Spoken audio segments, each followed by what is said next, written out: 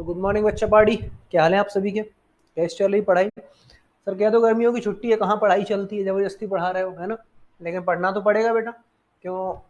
11th अच्छे से पढ़ोगे तभी 12th अच्छे से समझ आएगा। 11th अच्छे से पढ़ोगे तभी तभी अंश Gupta, hi sir, good afternoon बेटा। गुड आफ्टरनून अभी कहाँ हुआ? 12 कहाँ बजे अंश? अभी तो मॉर्निंग ही चल रही है। 12 बजे के बाद आफ्टरनून बोलेंगे। चलो आपसे फिर भी मैं गुड आफ्टरनून बोल देता हूँ। हेलो, पहली क्लास है अंश बेटा आपकी? इससे लास्ट वाली क्लास ली थी आपने? अंश गुप्ता बच्चा पार्टी, लास्ट वाली क्लास ली थी? बच्चे नहीं ली थी? ये पहली क्लास है आपकी?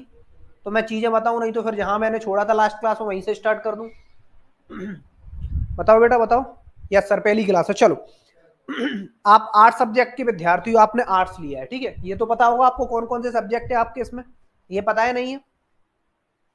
आप आर्ट्स के विद्यार्थी हो, आपने कला लिया है, कला। अब कला लिया तो है, तो आपको उसमें कौन कौन से सब्जेक्ट आएंगे ये पता है आपको? यस नो में जल्दी जल्दी जवाब देते जाओ, जिससे मैं चीजें जल्दी से। सर पहली क्लास ज्वाइन की। चलो, आपको ये पता है आपका जो आर्ट्स सब्जेक्ट, इसमें कौन कौन से सब्जेक्ट है? जल्दी से बताओ बेटा।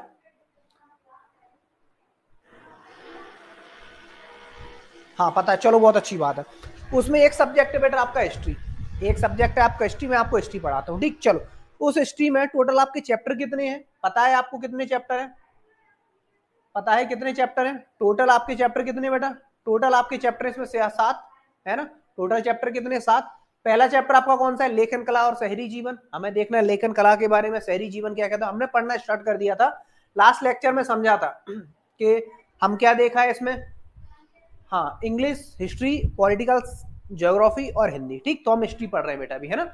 इंग्लिश है, हिस्ट्री है, पॉलिटिकल साइंस है, और आपका ज्योग्राफी और हिंदी। हम अभी क्या पढ़ रहे हैं? हिस्ट्री पढ़ रहे हैं। तो पहला चैप्टर हिस्ट्री हमने स्टार्ट कर दिया, तो टोटल चैप्टर 7 है। पहले चैप्टर का नाम है लेखन कला और शहरी जीवन, ठीक। हमने क्या पढ़ा था उसमें? हमने थोड़ा बहुत चीजें देख लिया था कि अफ्रीका में मानव का उदय हुआ है, ये सारी चीजें देखी थी। पेड़ पौधा, लोग कैसे अपना जीवन यापन करते थे, ये सारी चीजें हमने देख ली थी। हमने फिर ये भी देखा था, इसमें आप नहीं आए थे इस वजह से आपका पहला लेक्चर छूट गया है, कोई बात नहीं। आज थोड़ा थोड़ा बता देता हूँ। आप ये भी देखा कि लोगों ने कब भाषा चालू की, है ना। उसके अलावा और कौन कौन सी चीज है? हमने नगरों के बारे में देखा, जैसे मोसोपोटामिया है, इसके बारे में जानेंगे, है ना। तो ये सारे लोग जंगल में किस प्रकार से रहते थे, ठीक।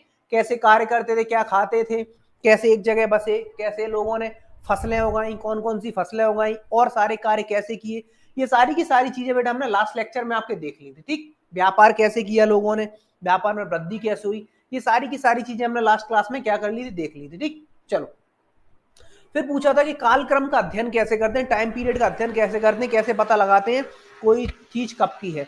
तो उसको अगर देखें साइंटिफिक तरीके से, वैज्ञानिक तरीके से देखो, तो एक विधि होती, विधि के द्वारा कार्बन डेटिंग 14 विधि से पता लगा लेते हैं कि कालक्रम क्या है, ठीक है ना। ये सारी चीजें हमने लास्ट लेक्चर में देख ली थी। और हमने क्या देखा था लास्ट लेक्चर में?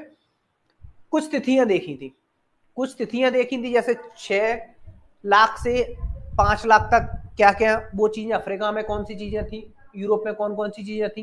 तो हमने तिथियां देखी थी। तिथियां आपकी जो बुक है आपके पास, अच्छा अंश बेटा आपके पास बुक है ना आपकी?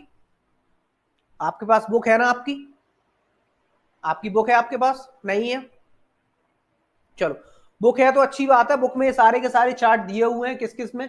अफ्रीका, तिथियां अफ्रीका में और यूरोप में कौन कौन सी चीजें का नहीं नहीं है बुक, कोई बात नहीं, ले लेना बाद में, है ना। उसमें चार्ट में दिया हुआ है बेटा, है ना। फिर तिथियां एशिया में उस समय क्या हुआ इस तिथि को, और वहां हमने क्या देख लिया था, ये तिथियां भी देख ली थी। चलो, मैं आपको ने आज क्या करेंगे, यहां से स्टार्ट करेंगे तिथियों के बारे में, और उस समय एशिया और दक्षिण एशिया में क्या क्या चीजें हुई इन्हें समझते हैं, ठीक है। क्लियर हुआ? अब इससे क्या हो जाएगा, ये क्यों समझना, ये ऑब्जेक्टिव में आ जाते हैं, ठीक। तो हो सकता है आपको आज थोड़ा कम समझ आए। क्यों कम समझ आए? आपने लास्ट लेक्चर नहीं देखा था, लास्ट लेक्चर देख लोगे तो और अच्छे से समझ आ जाएगा, ठीक है। आज ये देखने के बाद लास्ट लेक्चर भी रिकॉर्डेड पड़ा होगा, देख लेना। चलो समझते, अब हम इसमें समझेंगे क्या सर, अपने हमें इसमें समझना क्या है?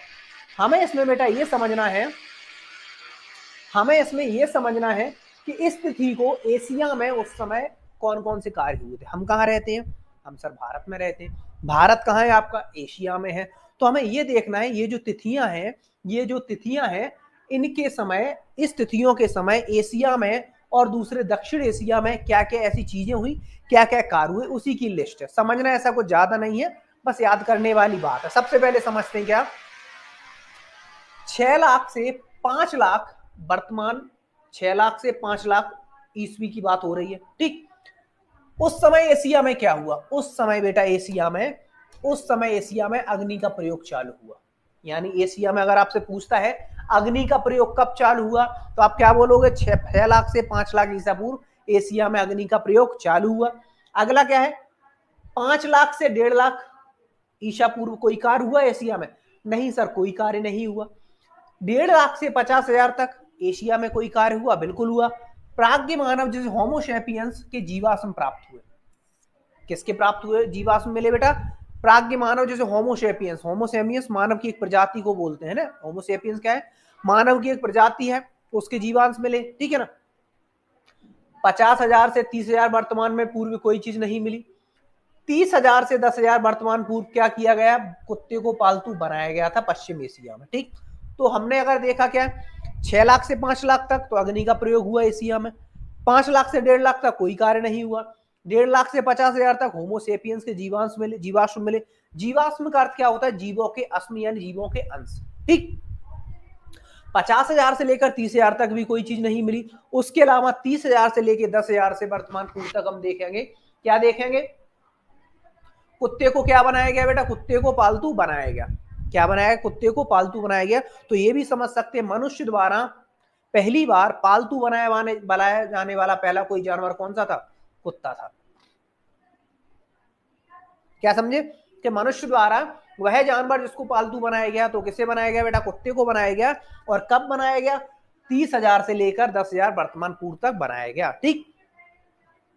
8,000 से 7,000 ईसा पूर्व इसमें क्या किया, भेड़ बकरियों को पालतू बनाया गया, गेहूं और जौ की खेती की गई, ठीक। अगर एशिया में बात करें तो 8,000 ईसा पूर्व से लेकर 7,000 ईसा पूर्व तक किसे, भेड़ को बकरियों को पालतू बनाया गया, और उसके अलावा भेड़ और बकरियों को पालतू बनाया गया, और उसके अलावा गेहूं और जौ की क्या की गई बेटा, खेती की गई। तो इससे दो चीजें क्लियर होती हैं कि मानव द्वारा पहली बार जिस जानवर को पालतू बनाया गया वह जानवर कुत्ता था, ठीक है। उसके अलावा किसे पालतू बनाया गया, भेड़ और बकरियों को पालतू बनाया गया, सर ये भी ठीक है। कौन सी फसलों का उत्पादन सबसे पहले हुआ, तो गेहूं और जौ का उत्पादन सबसे पहले हुआ, ठीक है सर। अब मन में ये क्वेश्चन आता है सर, भेड़ और बकरियों को क्या कार्य रहता है, भेड़ और बकरियों के क्या उपयोग आते होंगे, पालतू तो बना लिया, उनका उपयोग क्या है? दो उपयोग है, भेड़ से एक तो ऊन मिलती है, दूसरा उसके अलावा भेड़ दुग्ध उत्पादन होता है, भेड़ से, बकरियों से भी दूध प्राप्त होता है, और जब ये दोनों दूध देने में सक्षम नहीं होंगी तो इनका मांस भक्षण भी किया जा सकता है, इन्हें मांस के द्वारा इनका मांस भी खाया जा सकता है। क्लियर हुआ ना, चलो आगे। 7,000 से 6,000 सुअर और पशुओं को पालतू बनाया गया कार्य करवाने के, सुअरों को, ठीक। उसके अलावा 6,000 से 5,000 कुक्कुट पालन, 6,000 से 5,000 कुक्कुट पालन, ज्वार बाजरा और अरबी की खेती की गई, ठीक। उसके अलावा 5,000 से 4,000 कपास की खेती हुई। दक्षिण एशिया में तांबे का प्रयोग हुआ, तो आपसे कोई पूछे कि तांबे का प्रयोग कब हुआ, कहां हुआ, पश्चिम एशिया में। एशिया में तांबे का प्रयोग किस जगह हुआ, तो अब एशिया देखो कोई क्षेत्र है, उसके 4 भाग होते हैं, एक होता है पूरब पश्चिम उत्तर दक्षिण। तो आपसे अगर पूछता है कि एशिया में तांबे का प्रयोग किस एशिया में हुआ, तो आप क्या बोलोगे, पश्चिम एशिया में तांबे का प्रयोग हुआ, ठीक। खेती कहां की, कपास की खेती दक्षिण एशिया में। 4,000 से 3,000 कुम्हार के चाक के प्रयोग हुआ, जो कुम्हार होता है जो मटका बनाता है उसका एक जो चाक होता है उसका प्रयोग हुआ, कब, 4,000 से 3,000। यातायात के लिए पहिए का प्रयोग किया गया, यातायात के लिए किसका प्रयोग किया गया बेटा, यातायात के लिए पहिए का प्रयोग किया गया, लेखन का प्रयोग किया गया और कांसे का प्रयोग किया गया, ठीक। क्लियर हुआ। देखो मैं फिर से बोल रहा हूं बच्चा, फिर से ये बोल रहा हूं, ये चीजें ऐसा नहीं है आपको सर इसमें कुछ समझ नहीं आ रही है, तो ये समझ नहीं आएगा, इसमें कुछ समझने वाली बात नहीं है, बस याद करने वाला चैप्टर है, याद करने वाला वो है, तो क्या बोलते हैं, चार्ट है। अगर आपके पास किताब है तो आप उससे भी याद कर सकते हो। अब आप बोल रहे हो आपके पास किताब नहीं है, तो फिर मैं क्या कर रहा हूं, मैं पढ़ के एक बार बता दे रहा हूं, ठीक। आप पढ़ लोगे किताब से चार्ट, जल्दी से बताओ, बुक ले लो, लेने के बाद एक किताब चार्ट से पढ़ लोगे तो हम आगे बढ़े। ये आपकी बुक में चार्ट दिया हुआ है, आपको चार्ट याद करना है, मैंने बता दिया कैसे याद करना, चलो मैं बता ही देता हूँ, कंप्लीट ही करवा देता हूँ, ठीक। और क्या क्या चीजें हुई, एशिया की बात करते हैं, है ना। हाँ चलो आगे। 2000 से 3000 से 2000 में क्या हुआ? हल, कृषि, नगर, मेसोपोटामिया, सिल्क का प्रयोग हुआ। घोड़े को पालतू बनाया गया कहाँ? मध्य एशिया में। अच्छा चार्ट याद कर लोगे? चलो एक बार जल्दी जल्दी करवा देते हैं, फिर अपन आगे समझते हैं। मध्य एशिया में चावल की खेती हुई। 2000 से 1900 में पानी में रहने के लिए भैंसों को पालतू बनाया गया। 1600 से 1500 में नगरों लेखन राज्यों का कांसे का प्रयोग हुआ। 1500 से 1400 में लोहे का प्रयोग हुआ। 1100 से 1000 में एक काहुन वाले एक ऊंट को पालतू बनाया गया। ठीक है, तो ये सारी चीजें चार्ट है। ठीक, आगे क्या लिखा है? 600 से 500 सिक्के का प्रयोग किया गया। फारसी साम्राज्य, दार्शनिक कन्फ्यूशियस के बारे में पढ़ेंगे। 300 से 200 चीन में एक साम्राज्य की स्थापना की गई। ठीक है ना, इस तरीके से ये पूरा है आपका लिस्ट है। ठीक, अब आप बोल रहे हो हाँ सर ठीक है, तो आप अपनी बुक से लिस्ट को याद कर सकते हो। इसमें कोई समझने वाली ज्यादा बात नहीं है, बहुत लंबी लिस्ट है। ठीक है ना, इसको आप अपनी बुक से समझ सकते हो, पढ़ सकते हो। ठीक, जहां नहीं आएगा वो मुझसे कमेंट कर देना, मैं बता दूंगा। बस याद करना है कि सर इसको कैसे याद करना है, बस याद करना है। छोटी सी लिस्ट। आगे बढ़ते हैं चलो। ऐसे ही अमेरिका, ये सारी चीजें दी, आगे बढ़ते हैं चलो। अब पढ़ समझते हैं बेटा किसके बारे में? एक सभ्यता जिसका नाम है क्या? मेसोपोटामिया। अब हम समझेंगे बेटा किसके बारे में? एक सभ्यता जिसका नाम है क्या? मेसोपोटामिया। अब देखो, दुनिया में, विश्व में बहुत सारी सभ्यताएं हुई हैं। विश्व में बहुत सारी सभ्यताएं हुई हैं। एक सभ्यता का आपने नाम सुना होगा जिसका नाम है सिंधु घाटी सभ्यता। एक सभ्यता जो आप 12th क्लास में जाके पढ़ोगे आगे, एक सभ्यता जिसका आपने नाम सुना होगा बेटा क्या? सिंधु घाटी सभ्यता। सुना है? सबने सुना है? आपने सुना है इनसे बेटा? सुना है सिंधु घाटी सभ्यता। ठीक उसी प्रकार विश्व में और भी सब, उसके समकालीन विश्व में और भी सभ्यताएं हुई हैं, जिनमें एक है आपकी मेसोपोटामिया की सभ्यता। एक सभ्यता और हुई है बेटा, इसका नाम है क्या? रोम की सभ्यता। रोम की सभ्यता। एक सभ्यता कौन सी हुई है बेटा? मेसोपोटामिया की सभ्यता। ठीक है ना, उसके अलावा रोम की सभ्यता, सिंधु घाटी की सभ्यता, ये सारी विश्व में क्या हुई है? सभ्यता हुई है। और चीजें क्या सभ्यताओं के बारे में क्या? देखो बेसिकली बेटा, सभ्यताओं को वहां पाई जाने वाली नदियों के नाम पर रखा गया है। बेसिकली सभ्यताओं का नाम वहां पाई जाने वाली नदियों के नाम पर रखा गया है। जैसे सिंधु घाटी सभ्यता में सिंधु नदी निकलती थी, तो उसका नाम सिंधु घाटी सभ्यता रख दिया। और हर सभ्यता एक नदी के किनारे पाई जाती। सर ये नोट करना है कि आप चाहो तो बेटा नोट कर सकते हो, नहीं पहले समझ लो। आप देखो स्मार्ट स्टडी किया करो बच्चा। कैसे सर स्मार्ट स्टडी? अभी मैं क्या कर रहा हूं? अभी मैं आपको पढ़ा रहा हूं, अभी मैं आपको समझा रहा हूं, तो अभी केवल आप समझने पर ध्यान दो। अभी केवल बच्चा क्या करो, आप केवल समझने पर ध्यान दो। क्यों ध्यान दो समझने पर? इसलिए ध्यान दो बेटा, आपको अभी समझ जाएगा, चीजें यहां घुस जाएंगी। सारी चीजों का यहां रहना जरूरी है, यहां रहना जरूरी नहीं है। चीजें यहां रहनी चाहिए, यहां नहीं। आप अभी समझ लो, समझ में आ गया। फिर समझने के बाद जब भी आप शाम को फ्री रहो या आपके पास कोई काम ना हो, वापस से ऐप खोलो, ये वीडियो चलाओ, फिर इसको नोट कर लो, तो आपका क्या हो जाएगा? रिवीजन हो जाएगा। अभी आप नोट करते चलोगे ना तो फिर आप समझ नहीं पाओगे। अभी केवल समझो, नोट वापस से करना, बाद में वीडियो दोबारा देख के रिवीजन हो जाएगा, चीजें भूलोगे नहीं। चलो समझो मैं क्या बोल रहा था। सभ्यताएं, बेसिकली सभ्यता एक नदी के किनारे स्थित होती है। जैसे सिंधु घाटी सभ्यता सिंधु नदी किनारे स्थित, मेसोपोटामिया की सभ्यता दजला फरात नदी किनारे स्थित है ना।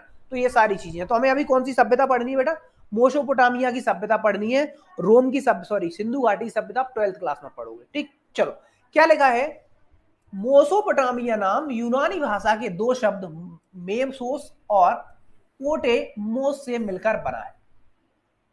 जो मेसोपोटामिया शब्द है ये किससे मिलकर बना है? हिंदी भाषा, यूनानी भाषा के, यूनान क्या है? एक राष्ट्र है, तो यूनानी भाषा के दो शब्द, इसका एक का नाम है मेसोस और दूसरे का नाम है बेटा क्या? पेटेमोस। इससे मिलकर बना है, जिसमें मेसोस का अर्थ होता है मध्य और पेटेमोस का अर्थ होता है नदी।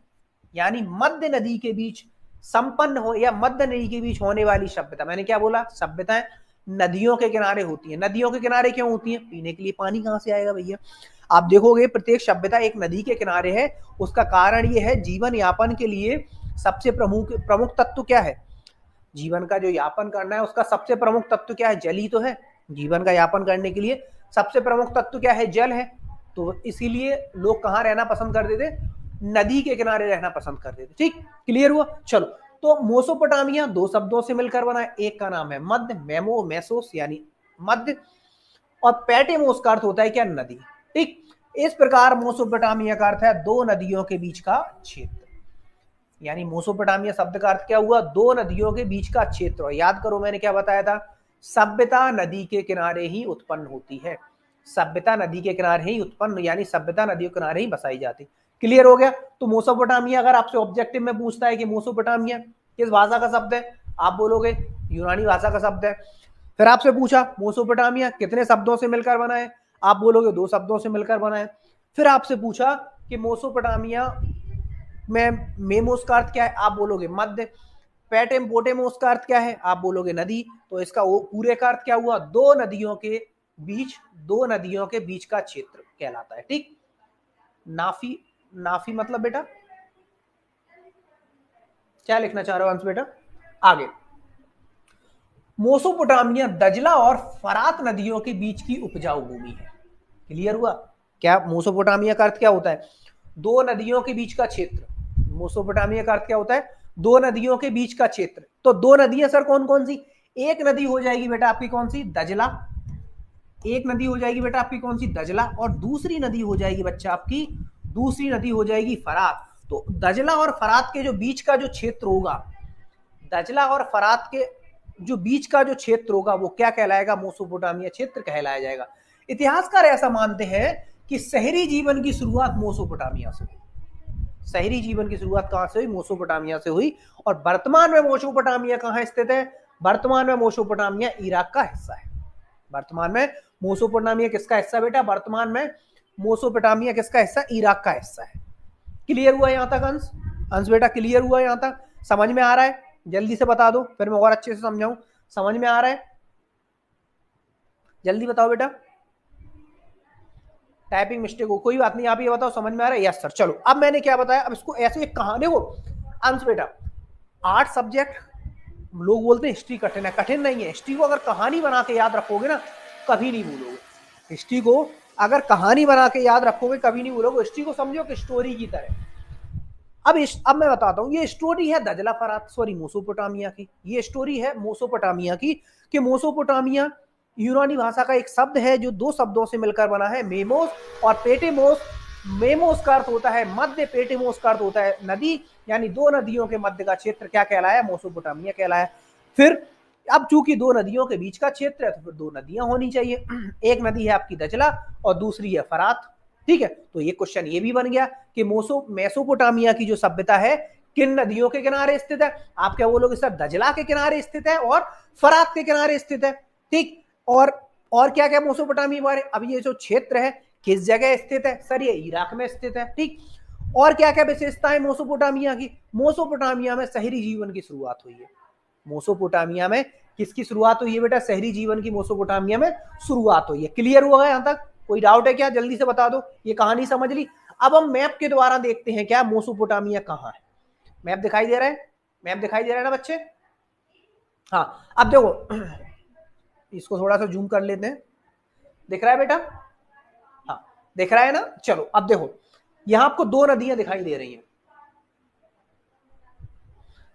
यहां आपको दो नदियां दिखाई दे रही है ना, यहां आपको दो नदियां दिखाई दे रही है, कौन कौन सी, एक नदी है कौन सी आपकी, कौन सी नदी बेटा, ये फरात नदी। कौन सी नदी है, फरात नदी।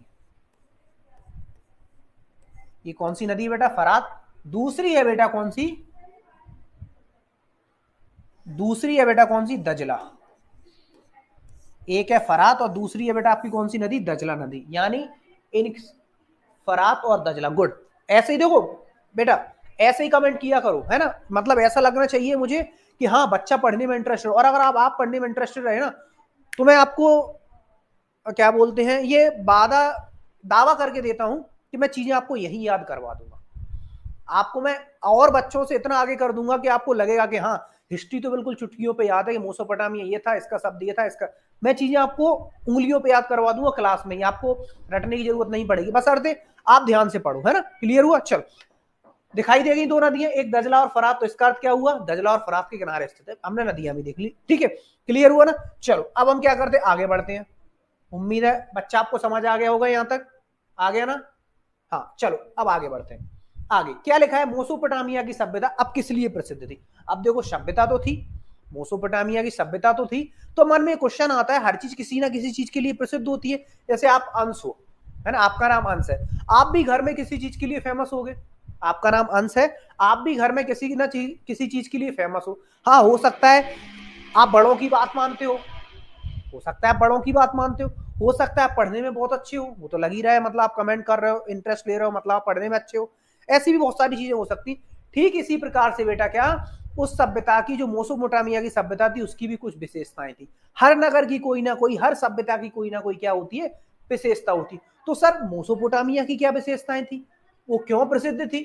संपन्नता, नंबर एक, नंबर एक क्या बेटा, संपन्नता। मोसोपोटामिया, संपन्नता का अर्थ होता है मोसोपोटामिया आपका पूर्ण रूप से संपन्न क्षेत्र था या पूर्ण रूप से संपन्न सभ्यता थी। वहां लोग कृषि भी करते, पशुपालन भी करते, शहरी जीवन जी रहे थे, है ना, शहरी लोग थे। उसके अलावा व्यापार भी करते, सारे के सारे कार्य कहाँ थे बेटा, मोसोपोटामिया थे। यानी हम बोल सकते हैं मोसोपोटामिया क्या था, एक संपन्न सभ्यता थी। मोसोपोटामिया कैसी थी, ये इसी और अपनी संपन्नता के लिए प्रसिद्ध थी। कौन, मोसोपोटामिया। ठीक, शहरी जीवन, अभी तो पढ़ा था कि मोसोपोटामिया कैसी कैसी सभ्यता थी। मोसोपोटामिया एक शहरी सभ्यता थी। आप जब सिंधु घाटी सभ्यता पढ़ोगे तो सिंधु घाटी सभ्यता एक कैसी सभ्यता थी बेटा, सिंधु घाटी सभ्यता एक नगरीय सभ्यता थी। सिंधु घाटी सभ्यता एक कैसी सभ्यता थी बेटा, नगरीय सभ्यता थी। ठीक इसी प्रकार मोसोपोटामिया सभ्यता बेटा कैसी सभ्यता थी, शहरी सभ्यता थी, शहरी जीवन की सभ्यता थी। चलो एक और प्रसिद्धि समझ ली। आगे लिखा है विशाल और समृद्ध साहित्य। मोसोपोटामिया अपने आप में इतनी महान सभ्यता थी, उसका आपको क्या मिलेगा, विशाल साहित्य मिलेगा। साहित्य क्या होता है, लिटरेचर होता है। साहित्य का अर्थ होता है किसी जगह के बारे में, किसी विषय के बारे में, किसी व्यक्ति के बारे में बिल्कुल विस्तृत रूप से लिखा हुआ होना। हम जैसे पढ़ते हैं ना हिंदी साहित्य, इंग्लिश, अंग्रेजी साहित्य, इसमें क्या है, हिंदी और अंग्रेजी में जितने महान चीजें होंगी, जितनी चीजें होंगी, जितने कवि होंगे, जितने कार्य उसमें हुए होंगे, सारी चीजें वो साहित्य में पढ़ेंगे। तो इसी प्रकार ये प्रसिद्धि है, ये विशेषता है किसकी, ये विशेषता है बेटा किसकी, मोसोपोटामिया की। इसका क्या मिलेगा आपको, विशाल साहित्य मिलेगा, समृद्ध साहित्य मिलेगा। गणित और खगोल विद्या, और मोसोपोटामिया अपने आप में एक इतनी महान सभ्यता थी कि गणित के क्षेत्र में और खगोल विद्या के क्षेत्र में महान कार्य किसने किए बेटा, महान कार्य किए बेटा किसने, मोसोपोटामिया ने महान कार्य किए। ठीक, क्लियर हुआ। चलो क्लियर हो रहा है, बच्चा क्लियर हुआ यहां तक, अंश बच्चा क्लियर हुआ। अब देखो आपके मन में बेटा ये क्वेश्चन आ सकता है, सर चैप्टर तो इतना बड़ा दिया रहता है, आप बिल्कुल छोटी छोटी लाइनें बता रहे हो। देखो मैं समझाता हूं क्यों। यस, देखो मैं आप किताब खोल के बैठ जाऊंगा ना पूरी, तो एक एक लाइन समझाऊंगा, बहुत लंबा समय जाएगा।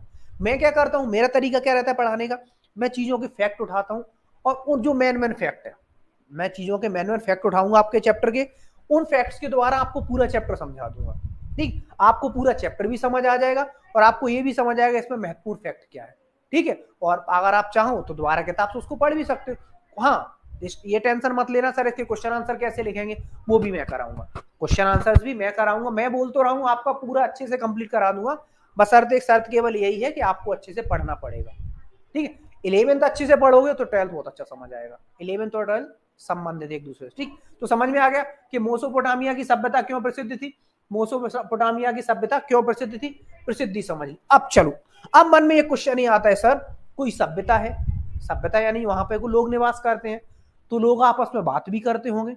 वहां लोग क्या करते हैं, निवास करते हैं, वहां रहते हैं, तो लोग आपस में क्या करते होंगे, बात भी करते होंगे। तो बात करने के लिए लोगों को क्या चाहिए, भाषा की जरूरत है।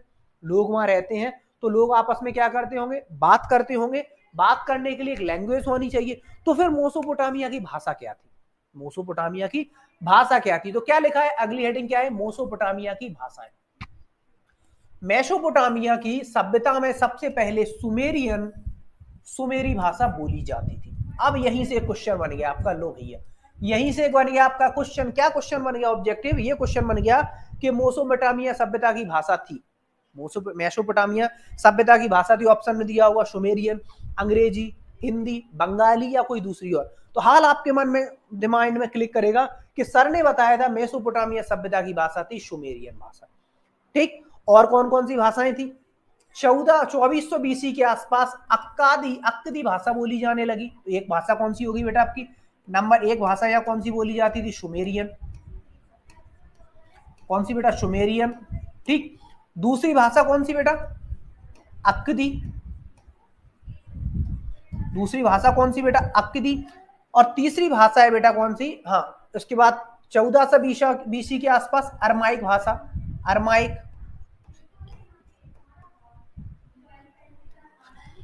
अगली कौन सी बेटा? अरमाइक है ना। और अरमाइक किससे मिलती जुलती? हिब्रू से मिलती जुलती। तो आप क्या समझ सकते हो? आप ये समझ सकते हो कि मेसोपोटामिया सभ्यता में टोटल 3 भाषाएं बोली जाती थी। एक का नाम था सुमेरियन, दूसरे का नाम था अक्कदी और तीसरे का नाम था अरबी। ठीक। अब यहां से क्वेश्चन कैसे बनेगा? यहां से क्वेश्चन बनेगा इनमें से कौन सी भाषा मेसोपोटामिया में नहीं बोली जाती थी? तीन ये रहेंगी, चौथी ये कोई दूसरी दे देगा। अब ये मत सोचना बेटा कि सर 3 भाषाएं, बिल्कुल भारत में भी तो कितनी भाषाएं बोली जाती है। कोई हिंदी बोलता है, कोई बंगाली बोलता है, कोई तमिल बोलता है, कोई तेलुगु, कोई कन्नड़, कोई मलयालम, कोई दूसरी, कोई उर्दू, कोई पंजाबी, कोई हरियाणवी, कोई राजस्थानी, अलग अलग भाषाएं है ना। ठीक इसी प्रकार से बेटा मेसोपोटामिया सभ्यता में भी 3 भाषाएं थी, सुमेरियन, अक्कदी और अरमाइक। ठीक। अरमाइक भाषा किससे मिलती जुलती थी? हिब्रू भाषा से। अरमाइक भाषा किससे मिलती जुलती थी बेटा? हिब्रू भाषा से मिलती जुलती थी। क्लियर हो गया? चलो अच्छा एक चीज बता दो, यहां लिखा हुआ है बीसी। यहां क्या लिखा हुआ है बेटा? बीसी। इसका अर्थ पता है आपको? बीसी को हिंदी में बोलते हैं बेटा क्या? ईसा पूर्व। इसका अर्थ पता है बच्चा आपको? आप हिस्ट्री पढ़ रहे हो, जल्दी बताओ। हाँ पता है, चलो बहुत अच्छी बात है, गुड। ऐसा मैं बोल क्या रहा हूं, पता चल रहा है कि अपना हंस भाई, हंस नहीं सॉरी, अंश भाई पढ़ने वाला बच्चा है।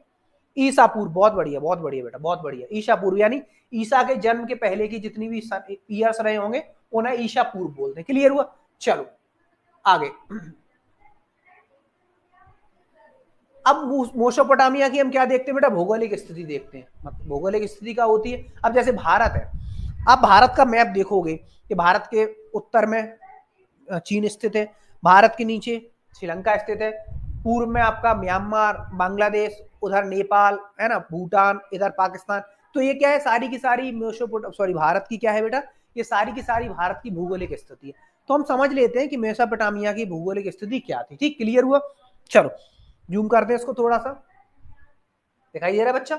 हाँ, अब देखो इसमें कहां दजला फरात नदी दिखाई दे रही है आपको? ये रही दजला फरात नदी, है ना। अब इसकी भौगोलिक स्थिति देखो, ये किसके पास है? सीरिया के पास है ना। लेबनान यहाँ है, भूमध्य सागर इसके पास है, तुर्की है, काला सागर है, कैस्पियन सागर है, ईरान है, बेबीलोन की सभ्यता। एक सभ्यता और सुनी होगी आपने, बेबीलोन। तो बेबीलोन की सभ्यता के नजदीक है कौन सी? मेसोपोटामिया की सभ्यता। तो हो सकता है आपसे पूछ ले कि बताओ जरा कि बेबीलोन की सभ्यता के नजदीकी सभ्यता कौन सी थी? बेबीलोन की सभ्यता के नजदीकी सभ्यता कौन सी थी? तो आप क्या बोलोगे सर? मेसोपोटामिया की सभ्यता, फारस की खाड़ी। ये सारी की सारी क्या है बेटा इसकी? ये सारी की सारी इसकी भौगोलिक स्थिति है। ये सारी की सारी क्या है बेटा? इसकी भौगोलिक स्थिति है। क्लियर हुआ? चलो आगे बढ़ते हैं और देखते हैं मेसोपोटामिया के बारे में। यह क्षेत्र वर्तमान में कहां है? इराक गणराज्य का हिस्सा है। यह क्षेत्र वर्तमान में कहां है? इराक गणराज्य का हिस्सा है। और ये आपको इराक इसमें मैप में नहीं दिया है शायद इराक, कोई बात नहीं, मैं बता देता हूं। अब ये भी क्वेश्चन पूछ सकता है कि मेसोपोटामिया वर्तमान में किस क्षेत्र का हिस्सा है? तो आप क्या बोलोगे? इराक गणराज्य का हिस्सा है। इराक भौगोलिक विविधताओं से भरा देश है। इसे शहरीकृत दक्षिण भाग को सुमेर और अक्काद कहा जाता है। इराक के जो शहरीकृत दक्षिणी भाग है उसे किस नाम से जाना जाता है? सुमेर नाम से जाना जाता है, अक्कद नाम से जाना जाता है। क्यों जाना जाता है? इस वजह से जाना जाता है, अभी बताया था कि 2-3 भाषाएं बोली जाती थी, सुमेरियन, अक्कद। याद आया? सुमेरियन, अक्कद, ये पीछे लिखा था। हाँ, और अरमाइक। क्लियर हुआ? तो वर्तमान में मेसोपोटामिया कहाँ है बेटा? मेसोपोटामिया आपके इराक क्षेत्र में, इराक क्षेत्र में है। और इराक क्षेत्र के दक्षिणी भाग को सुमेर और अक्कद कहा जाता था। बाद में इसी भाग को क्या? बेबीलोन का प्रभाव बढ़ा, बेबीलोनिया कहा जाने लगा। और बाद में जो मेसोपोटामिया वाला क्षेत्र था, इसका प्रभाव बेबीलोन पर बढ़ा, इसे क्या कहा जाने लगा? बेबीलोनिया कहा जाने लगा। इसके उत्तरी भाग को असीरियाई कब्जा होने पर अरीशिया कहा जाने लगा। और इसके मेसोपोटामिया के उत्तरी भाग पर सीरियाई लोगों का कब्जा हो गया, तो इसे क्या बोला जाने लगा? असीरियाई कहा जाने लगा मेसोपोटामिया की सभ्यता में, और उरुक और मारी जैसे शहर प्रसिद्ध थे। तो भैया ये क्वेश्चन यहां से भी बन सकता है क्या कि मेसोपोटामिया की सभ्यता में कौन कौन से शहर प्रसिद्ध थे? तो आप क्या बोलोगे? एक और उरुक और मारी शब्द मेसोपोटामिया की सभ्यता में क्या थे बेटा? प्रसिद्ध थे। ठीक, क्लियर हुआ? चलो, तो हमने क्या कर लिया आज? किसके बारे में समझा? मेसोपोटामिया के बारे में समझा। मेसोपोटामिया के दो शब्दों से मिलकर बना है, मेसो और पोटास। एक का अर्थ होता है मध्य, दूसरे का अर्थ होता है नदी, यानी दो नदियों के बीच की सभ्यता। कौन कौन सी नदियां? दजला और फरात, ठीक है ना। उसके अलावा हमने और क्या देखा? और क्या क्या चीजें? मेसोपोटामिया की भाषा, तीन भाषाएं थी। कौन कौन सी? तीन भाषाएं कौन कौन सी? एक सुमेरियन, दूसरी अक्कदी, और तीसरी कौन सी बेटा? आपकी अरमाइक। अरमाइक को हिब्रू भाषा भी बोलते हैं, ठीक है ना। क्लियर हुआ? फिर हमने मेसोपोटामिया की भौगोलिक स्थिति देखी, और वर्तमान में मेसोपोटामिया कहाँ है? आपके इराक गणराज्य में। इसके दक्षिणी भाग को क्या बोलते हैं? इसके उत्तरी भाग को क्या बोलते हैं? ये सारी चीजें हमने समझ ली। ठीक, अब हमें क्या करना है? मेसोपोटामिया की सभ्यता के भाग देखने हैं, पूर्वी भाग, उत्तरी भाग, दक्षिणी भाग, ये चीजें। ये हम कब देखेंगे बेटा? आपके नेक्स्ट लेक्चर में देखेंगे। Nice to meet you, see you tomorrow sir. Okay, me too. ठीक है, चलो अभी समझ लो, इतना समझ आ गया बेटा आपको? ठीक, इतना समझ में आ गया। चलो, इसका बचा हुआ पार्ट कल देखेंगे, कल मिलेंगे आपसे, है ना, आपके अगले लेक्चर। तब तक के लिए बाय बाय। वो खुद ही भागना चाह रहा है।